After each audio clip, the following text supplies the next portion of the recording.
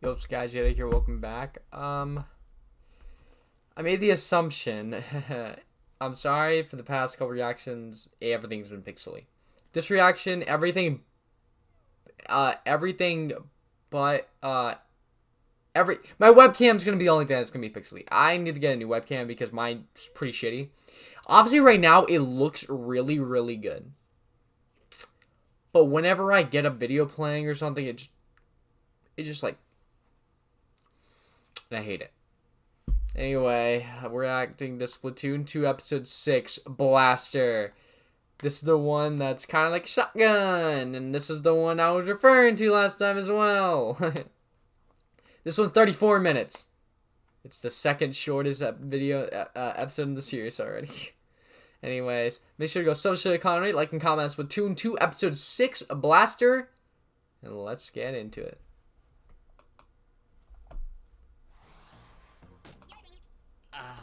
Suction cup lookout. Good times, good times.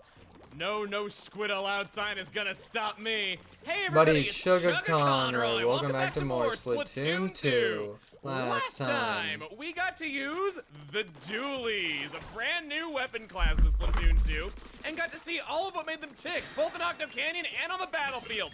Now we enter the Octo Hurler. Was the thing that we just entered the Octo Hurler because we went inside of it? Oh, new weapon! What do we got? What do we got, Sheldon? Hero Roller!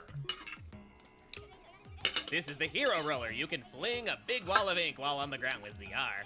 Or you can press ZR in midair to fling a longer, narrower stream of ink. You can also hold ZR while moving to roll ink all over the ground. You can roll around at the speed of sound. This might have been a better weapon to have unlocked rather than the dualies for the one that we played last time, is that we would have been able to keep the motion going with our rolls. But I kind of like the dualies for it, and this is actually not the weapon that I want to go back and play that one again with. We can roll over that. We just hit these, kapow, and roll right over them. Hit the Rollinoleum bundles to charge your ink. Yeah, that is the squid's word for... Alright, buddy. Perfect. Just like you. Gonna get those. Good. There's my Sardinium. Sardinium? I can't roll my tongue. Italians, what can I say? Give me that. I'm Italian, I can't roll my damn tongue. What the fuck? Roll my R's? Yeah, the roller's kind of paying its dues here. That, its ability to just continuously roll over uninkable turf did come in pretty handy there. Being able to roll over that, and, well, okay, not roll over that, but okay. We'll do a vertical fling to get up a wall quicker. Come on. Okay, yeah. Gotta be better. I am the hammer, after all. And the hammer brings down the hammer on top of other things. Yeah. I am the hammer, and I bring myself down on you. Are you ready for my ass? I'm just being weird here. We'll hit this gusher. That's what it's called. Hit the Rollinoleum. I don't want to hit the Octobomber in the middle, wanting to get his eggs. Are those not balloons, but officially egg sacs that are carrying their unborn young, and we're using it as currency? You heard it here first, where the story breaks in all the tabloids next week. Pop that. Nothing. Making really sure before I go on, because usually it's right before the portal to the next area. We super jump. I love how you can just shoot things to collect them, where just hitting an egg with your ink at all counts. That over there, that is an Octo Hurler. They do unto you what you've been doing to their friends all this time. They're not too bad to take out. You just simply fill their payload with enough ink, and they go down. Hit you, and then I can go up that. Wow, I wasn't even trying, and I took him out. Here we go. Yeah, okay, so Stingray, you come out, and we just want to reposition ourselves to turn them blue. Oh my god, they look so depressed. They look so sad. That. Turn around, you thought you were gonna get me. Hit you, and then we're just gonna hitch a ride. Kill this guy while we're at it. And underneath here is a rather devious sunken scroll. This is the one that I think took me the most, this is one of the ones that took me the most attempts to figure out on my first try, and I'm never to forget it as a result. I'll let that guy live alone. He'll be stranded on that island forever, never able to reproduce with another one of his kind. You will get to know that true despair. Thing. Oh, no. Gotcha. Good one. And can my curling bomb do this? Yes, it can. That's good to know. Oh, no. Ah, damn it. Okay, not getting a balloon today. Nice work. Gonna be thinking about that balloon for the rest of the day. It's just the way I am. Yeah, I would too. Got my, I have my Sardinium. I have my Sunken Scroll. I should be pretty good for you. Gotcha. Ah, what a pro, she said. That. I'm just trying to focus on not dying right now. So close, gotcha. Up we go. Leave the rest to you, curling bomb. There we are. I have to remember that trick with the curling bomb. Whenever I see it does 30 damage, I don't think it would do enough. That is the worst image I have ever seen in my entire life. Wow. It looks pretty weird. Oh man, this is really good stuff. The more data you get me, the quicker I can finalize my retail version, so keep it up. But remember, this is just a loaner. I'm not running a charity here. Good luck, Agent 4. Hero Roller has now been unlocked. Oh. This looks like a do-it-yourself guide for starting your own mobile business. It looks new, but someone must have been frying something near it. It has some grease stains on it. This is the reverse of what we did before, where I wanted to go over Krusty Sean. So now we're gonna head back to Inkopolis Square and see what the other Sunken Scroll was about. The Sunken Scroll we picked up yesterday, love, depicts this guy over here in the cafe, and right beside him is one who aspires to be a shifty, shady schmuck. Hey, chum. This is Merch. He's your one-stop shop for getting the gear abilities that you want after you're dissatisfied with what you've rolled. He has the ability to increase the slots or reroll equipment. For this, he wants a Super Sea Snail. How do you get Super Sea Snails? Win them in Splatfests. How do you get a Super Sea Snail after 2019? You level up once. There is a way to get them legitimately in-game otherwise. We can take a gear piece, and for one snail per slot, add slots to it. Some gear only has 1 or 2 slots on it by default. This is how you make that gear good. In theory, all of them have the same potential once they have been leveled up. The snails are a rare time that Splatoon contains a reference to any other Nintendo franchise, with them being a reference to the mushrooms from Mario. They have the same faces and all. And as you can see, there has been way too many Mario references in this fucking Let's Play for me not to believe Let's Play 47 is a Mario game. they are horrified to be near Merch, as urchins are natural predators of snails. You can even see some of those shells have had their innards gouged out. It's a cruel, cruel world. We can go into scrub slots to scrub-a-dub-dub a set of gear that we do not like. For this one, he wants 20 grand. For this one, also 20 grand. It is not different depending on how many slots you've got. The ability Scrubbed Off. Good as new, chum. Oh yeah, these ability chunks came out in the wash, so to speak. So here you go. Don't lose them. Ability chunks can be used here with Merch as well. He's really got the market cornered. If we were to say, go to, let's see, what gear piece do I not really like? This right here has 2 slots of something, and then it's got a third one that's empty. And we could fill that with Swim Speed Up, for instance. Or we could take this Ink Resist Up and cover it up with Swim Speed Up as well. For your first slot of an ability, it's gonna cost you 10 ability chunks. For your second slot, if we were to say, go to here, it wants 20 chunks for your second slot of the same ability. Whereas if we wanted 3 slots of the same ability, kind of going in with the whole diminishing returns thing, it takes a whopping 30 chunks. A thing I'm sure you've noticed is that rarely do you ever see me, or anyone else for that matter, running pure equipment. I got a few pieces of it here and there, I guess, but here I got 2 subs of swim speed and then a quick respawn. I like that one. Here I have 2 main powers. I guess I could have something else besides sub power up in that third slot if I really wanted. I got 2 of swim speed up, and then I got a main and a sub of ink saver sub. The reason for that is because it's generally best to play a little bit of a lot of different abilities.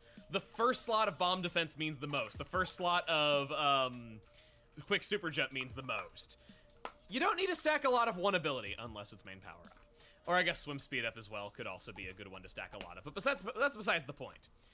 Basically, by doing it this way, where I just have 2 slots of an ability and then a third of something else, I'm not only saving ability chunks, but also making my equipment more versatile with other equipment pieces. Rather than trying in vain to somehow get a pair of shoes that is all swim speed up or something like that. This is probably the closest thing to a pure that I have, and I love this thing where having essentially 5 slots of swim speed up with bomb defense up on 1 slot, that's a good piece of equipment. I would prefer that over pure swim speed up on my hat. Just so that I know that I have my 1 slot of bomb defense with my swim speed, because I would never ever go into a match without bomb defense. Either way, merch is a great place to go for getting the desired gear abilities that'll make your weapon work more consistently. For anybody who stacks main power up, he's absolutely a must. For better or for worse. Now, I've skipped over a couple of these. Order status and splat note order. For order status, I could go Sailor Inc. I was playing alongside you earlier. I can hit ZL here to order gear. Anything that is from an event cannot be ordered, but if I wanted his pure swim speed up shoes right here, that's a pretty attractive thing. Swim speed up's a good ability.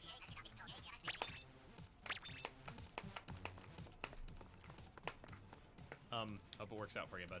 Anyone who you've played a match with or is making posts in Inkopolis Square, you can order equipment from. This can only be done once a day. The next day. This is more for fashion and for main abilities. He doesn't give you exact... Emil got S+.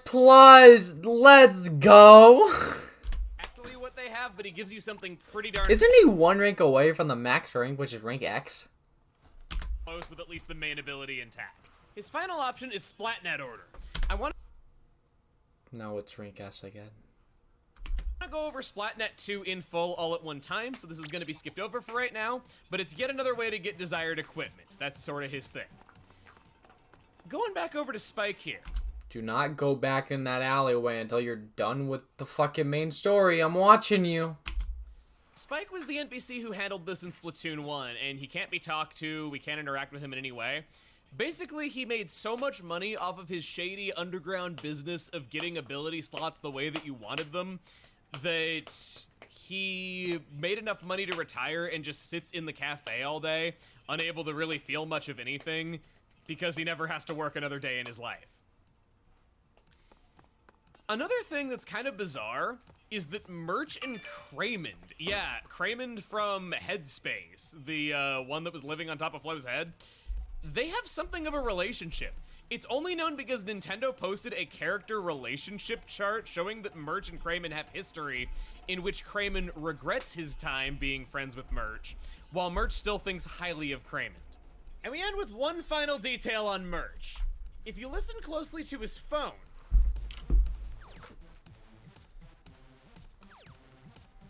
that's a sound effect that would sound familiar to anybody who's played Splatoon 1. He's playing Squid Jump on his phone, and I can prove it. If you wait around long enough, he beats the level. All the information about Merch is here except the information that isn't here. Now it's time for us to learn about a strong yet limited weapon type. Continuing the stretch of new weapon classes, it's the Blaster! This gun is single-shot automatic and fires exploding rounds. Think of it like a mixture between shotguns and grenade launchers and other shooters. I can hear you, the shots are what you care about, so we'll get to them first. They travel a fixed distance before exploding and then do 125 damage on direct hit. You'll know when it happens due to the oh-so-satisfying sound. The splash damage is 50 minimum, 70 maximum. Blasters have a second shot behavior, often referred to as sparking. It's when a shot collides with a wall or floor, explodes early, and produces sparks. This deals 25 to 32 damage and is useful for finishing off someone weak since it doesn't have to be precisely aimed. To balance out this sheer power, there are many drawbacks. The rate of fire is almost a full second between shots. After shooting, the user has recoil movement for a fraction of a second, and the ink consumption is very bad. Just one blast is 10% ink, and this is a rare main weapon that is cursed with ink recovery lag from its normal shots, requiring a full second after a trigger pull to start reloading. The range seems low at first glance, but it isn't as bad as the core stats would make it seem. The listed range is just where the epicenter of the explosion is, where it'll one-shot. Since the explosion covers a wide area, it actually reaches much farther and can two-hit from greater distances and even around corners. This is very easy to pull off when right-side peeking and not exposing yourself. A final property of how blasters are different from other weapons is how their shot accuracy works in the air. I want you to see just how much that reticle expands in the air. Shot RNG while jumping is terrible on blasters. It's only really useful for painting or when trying to be harder to hit in one fluid motion that gets you back into the ink. If there's a secret to playing blasters that a newcomer wouldn't realize right away, this is the one gun type where it's actively bad to hold the trigger over a sustained period. That's a great way to never afford sub-weapons and telegraph your attacks. Your job is making sure those trigger pulls count and not being in a cooldown when they're needed. What's nice is that with shots taking 10% of the ink and the sub-weapon, spoilers, taking 60%, it's easy to count out the exact number of shots left. Beyond learning to track the ink usage, I recommend training mode for blasters more than any other class. Use it to get used to the delay before the explosion, and especially to get a feel for the optimal range. I can't stress how important it is to lead fire and keep optimal distance. If spotted, you need a direct hit to survive. If it misses, it'll sail past the target and explode far away while they're right beside you. Make sure they don't see you from a distance. If you're afraid that playing at range means you won't land any direct hits, then indirect hits aren't a silver medal. They're a helpful friend. They hit around corners, confirm if someone is there or not, and do at least 50 damage, which means they force movement out of whatever they hit because they will die to a second shot. Ooh. If you douse and hit someone trying to ambush, they just entered a direct fight with you at a disadvantage. Using the splash damage for setups is a lot better than forcing yourself to one-shot a moving body every single time. The blaster is terrible at turfing and doesn't gain map control by itself. But that doesn't mean it can't get the necessary ink to space out in a direct fight. It actually covers the space around the user's feet very well, allowing them an out in a lot more situations than most poor turfing weapons. It's nice that it has this because if there's one thing blasters hate dealing with, besides dualies, it's very long-ranged attackers. Unless the kit has something that allows it to fight back against this, it's often easily bullied by the longer-reaching chargers and splatlings. Expanding upon the dualies point, mobility is a blaster's greatest enemy.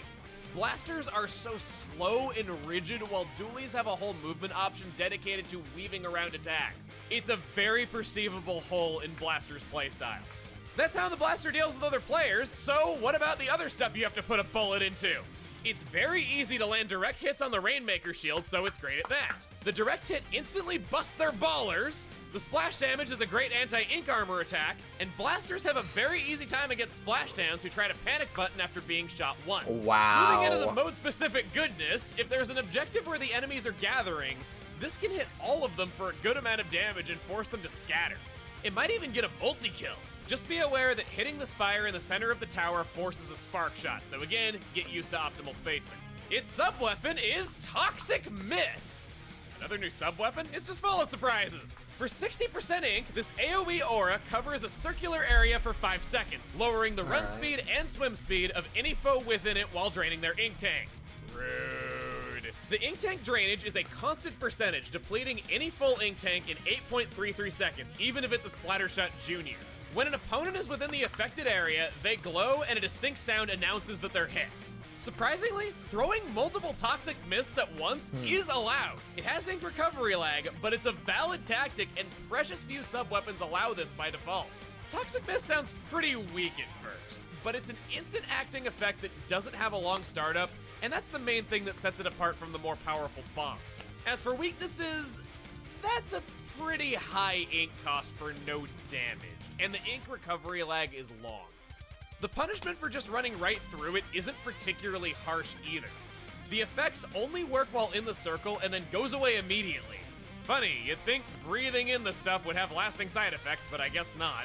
In wide open maps, the Toxic Mist might not be able to do much more than slow someone down. But in a mode like Rainmaker, it's much more helpful. The lowered speed means they can't make a jump that the Rainmaker might need to make, and thus might shut down a push entirely on its own. This is a much more situational sub-weapon that could mean a lot on the right map, but could also do almost nothing for you. The effective sub power-up is longer range and faster throwing speed. Not exactly great. For the blaster, Toxic Mist is great in theory. It wants to hit immobilized targets, but be mindful of the ink consumption and ink recovery lag from both the sub and main weapons. This sub confirms if someone is there outside the blaster's normal range and prevents foes from moving in a certain way. It can stop a getaway by a lightweight that you outrange. Then just in general, it makes the target way easier to pick off due to all the debuffs. Probably the best usage for this is against the aforementioned dualies. They get increased ink consumption when dodging all around, and blasters are normally very weak to them because of that. There's not much else to say about it. Use it to keep the other team off of the objectives when unable to get a good shot, use it to lower their stats, force the shorter weapons to fight you, and follow up with an easy one-hit kill. Its special weapon is Splashdown! Ah, this thing again. Well, I guess the main and sub combination is pretty alright, so we can't get too mad about the redundancy here. This doesn't have a whole lot of synergy with the main weapon, since it doesn't like to get in too close, and the Splashdown is a bad panic button to high level play. I feel this is best used to hide on ledges and use at opportune times to score an easy kill that doesn't need to be aimed. Or for the good old super jump trick when pressure is needed at the objective. If the Splashdown doesn't kill, its minimum damage is 55, meaning that any indirect blast will finish the job. That's about as good as it gets. When using all three pieces together, a Toxic Mist could be followed up with a Splashdown once they're hit with a movement penalty. It takes 170 points to build, so players who like their Splashdowns will need to score lots of kills to do it. Blasters paint with blood, not by covering turf, and this is probably the hardest Splashdown to earn between the mid-charge and poor turfing. Now that I'm listing all these traits and strategies together, this made me realize what a unique and interesting experience the blaster really is. This is a main weapon that's about as fighting focused as it gets. Everything it does either has the potential to one-hit kill or makes a one-hit kill easier to land. This is a decent weapon in tower control and Rainmaker where it's announced to you when the other team is on the objective. Alternatively, if you're a stealthy slayer who likes to hide and flank those who are rushing the objective, this is the weapon for you. We're starting off our equipment with our sucky shout out of the day. I want to talk about Object Shredder. It seemed good to me at first, and I'd like to debunk it for others who made the same mistake I did. Sure, the damage from blasters is high, but the rate of damage is so low that there's far better ways of dealing high damage to objects. The objects, while shredded by blaster, already take sufficient damage without this ability, since it deals with ink armor and smaller objects 100% of the time. No direct hit necessary. The effective main power-up on a blaster is increased accuracy while jumping. Not a particularly helpful effect, but running a little bit, I suppose, could technically do something for you. Besides that, this is a weapon that plays for trades a lot. Anything mobility related or anything that lessens the penalties for dying can be a great thing. Specifically, Splashdown can get its special loss when dying almost to 0 with just a little bit of special saver. Our second and final kit today is the Custom Blaster. Its sub-weapon is Auto Bomb, a brand new type of bomb. The name might be a tad misleading. If you're expecting this to replace any other type of bomb, you're probably going to be very disappointed. In fact, a lot of top players thought this way at first and didn't see its merits right away. Auto bombs are thrown on the ground and stick their landing. Once done, a circle appears to all players.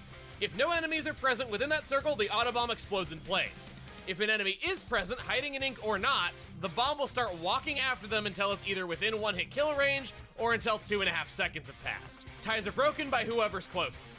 The run speed is unaffected by ink colors, though it cannot travel up walls, and it might be detecting an enemy atop a ledge, causing it to just dig its face into the wall. The explosion is smaller than a splat bomb and the splash damage is 30. As stated above, it's not gonna sneak up and one-hit kill much. That isn't the point of this at all. The little chicken waddle is a pretty distinct sound, alerting to its presence. Though the circle is big and it can be thrown out of view, it's often still noticed due to just how many tells have to be missed for it not to be. What makes the auto bomb so strong is that it instantly proves if someone is there when you think they are for just 55% of the ink tank, and that's plenty of ink for a follow-up attack. Yeah. Use it to answer questions. Killing isn't the goal, but it's nice if it just happens. Another good use of the auto bomb is added. They should have made a team deathmatch mode in Splatoon 2. If there's not a team deathmatch mode where you have to legit get the most kills to win in Splatoon 3, I'm just there gotta be. It'll be a good mode. Pressure whenever an enemy is cornered and Casually, trying not to fight off competitively. one of your buddies already. It's a great way to throw in support. If there was ever a time to teach someone about ink recovery lag, it's this bomb. Auto Bomb has an especially long lag period, and it's something to be aware of since that means that despite its low ink cost, 2 in quick succession isn't possible without Ink Saver Sub or Giant Ink Tank. That's a weapon for another day. In other situations, it's good at disrupting the backline since throwing range can often land the bomb in that area. Giant ink tank. You're talking about the machine gun?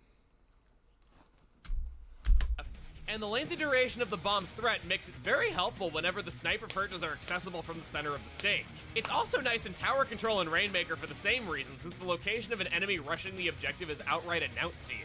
For the custom blaster, the Auto Bomb is a big difference from the vanilla kit. This is a different take on manipulating enemy movement, but this one is more about watching them react to the bomb and pre-firing where they'll naturally run to. This sustains over less time than the Toxic Mist, but is immediate pressure due to the potential for damage or even a one-hit kill. The splash damage on auto bombs is 30, and the maximum splash damage on the blaster is 70, so while it's possible to combo into this and it sounds nice, it's very unreliable, and the blaster is often going to do closer to 50. A more consistent use of the auto bombs is the aforementioned pre-firing when you're manipulating their movement. Blasters have trouble against long-range weapons, and a big selling point of the custom blaster is a throwing attack as a way to fight back. Its special weapon is Inkjet for 190 points. The custom blaster is middle of the road for Inkjet charge, but is bad at painting if it isn't scoring a lot of kills. This is yet another way the custom blaster gets more of an identity as the one that can actually fight back against long range or when it's being rushed. It just might be hard to actually get to that point. It's also kind of fitting that it essentially just turns into a long-range blaster for the duration of its special. As always, use the flight to stay up high with a good view of the action and turn into a more in-your-face attacker than a stealthy one. Yeah. I would say this has good synergy with the main weapon, not only because it can throw an auto bomb to space out before activating, but also because it's likely to be hiding somewhere not easily seen before activation and will place its inkjet marker there. If the blaster was tactical and stealthy, then the custom is the aggressive cousin due to its long-range weaknesses being covered on multiple fronts. Once again, when talking about the modes, I would suggest Rainmaker or Tower Control due to highly telegraphed enemy movement. Good grammar and spelling are That.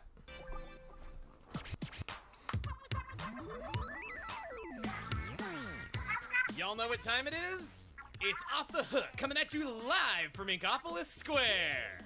You're darn blasting. Where are we going? The second one's not that bad. I bet you love all the weird machinery here, don't you, Marina? Is that obvious? When people figure out your kink without even trying and you're so embarrassed. Until next time, Don't get cooked. Stay off the hook. I am the Platform Shoes Bandit with a little notch for my nose cut out in my face mask. The Platform Shoes Bandit. I love it. Like how he's giving every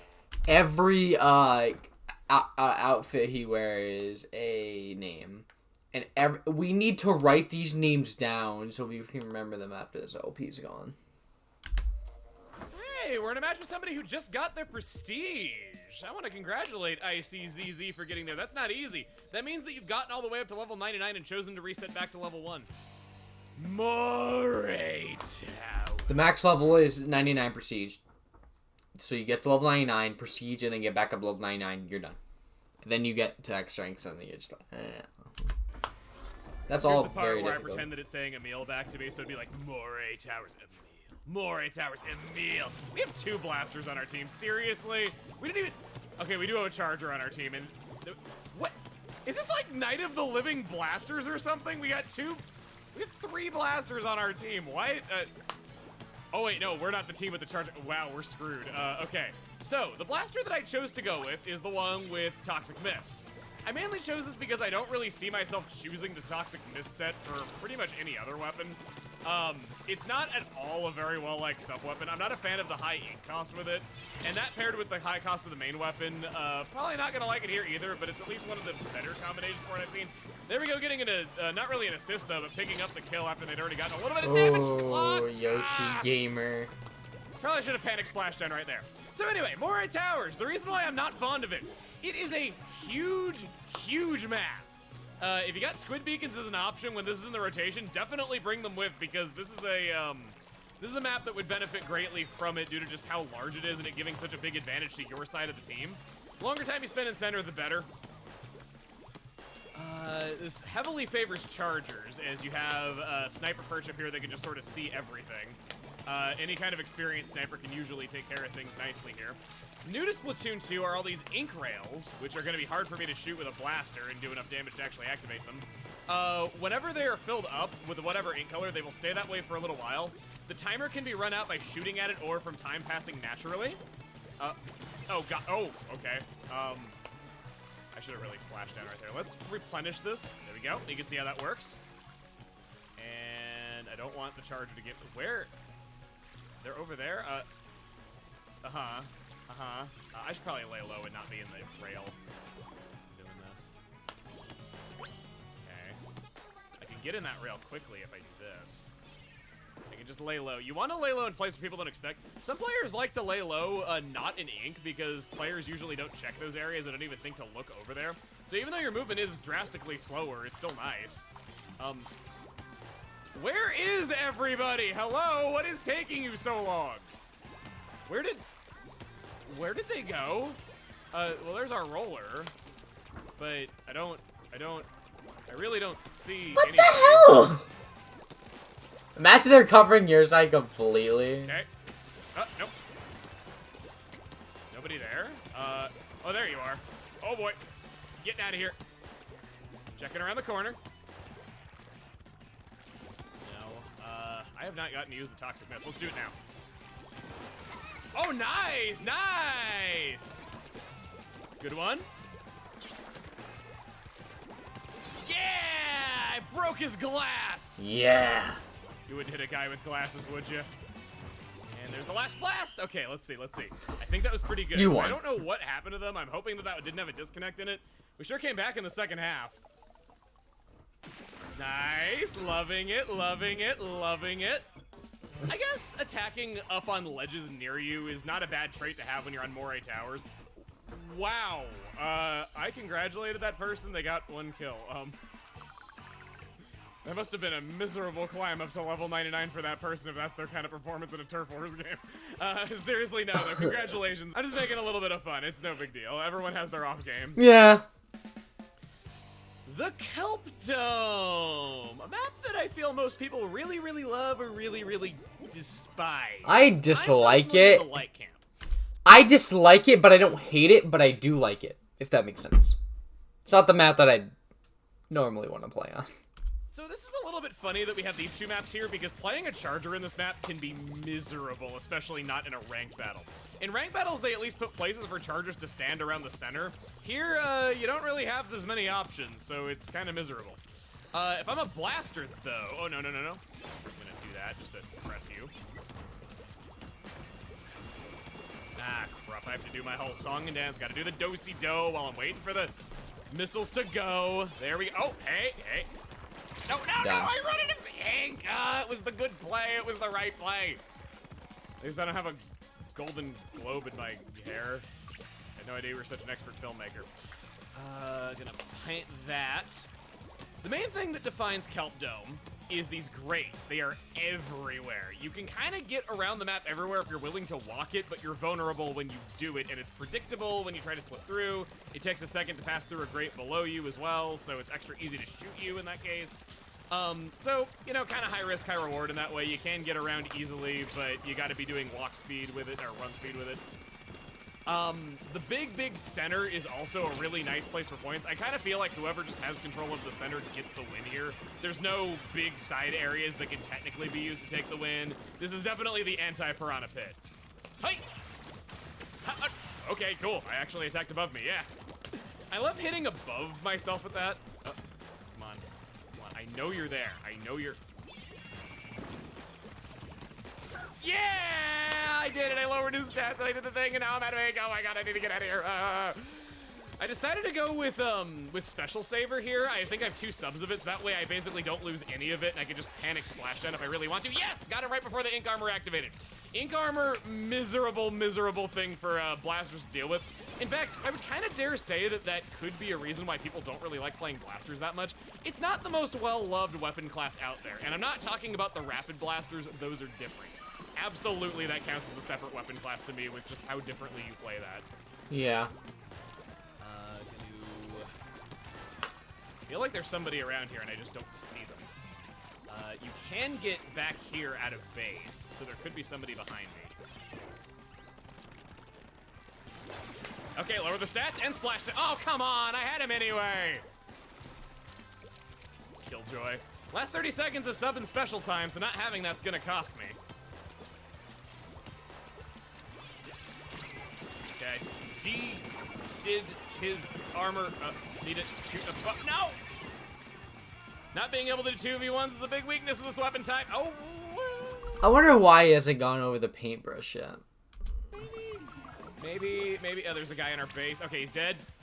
Going that way. Gonna suppress them just in case they want to come through. Oh. Maybe. We do have our corner, and we do have a little bit in the upper corner, too. That. Yeah! Oh! Shucks, remember what I was saying about who has control of the center's got big points and there's no taking the sides? Yikes. And we had about half the ink in the center, too. It's fine. Good turfing by the arrow spray right there. Higher points doesn't necessarily mean better playing. It just means that you covered more of the ground. You do get points for kills. But it doesn't necessarily mean that you did the most work. It's just Aerospray is a good turfing weapon, so it's predisposed to getting a lot of points. Well, I know, man. I feel you. I'm in love with her, too. Next time on Splatoon 2. Sure, fresh. Yeah, whatever. Dude, you look like you're going fishing or something. Next time on Splatoon 2. We're gonna see a new weapon class that is an interesting spin on a specific role.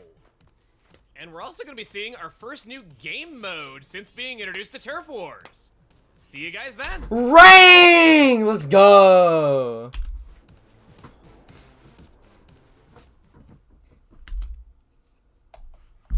Go check out the Yoshi earlier since he edited that thingy. That's going to do it for today. Thank you all so much for watching. Make sure to subscribe to Connor and like and comment on Splatoon 2 Episode 6. Blaster. Do all that here too. Woof woof my doggies. I'll see you guys next time.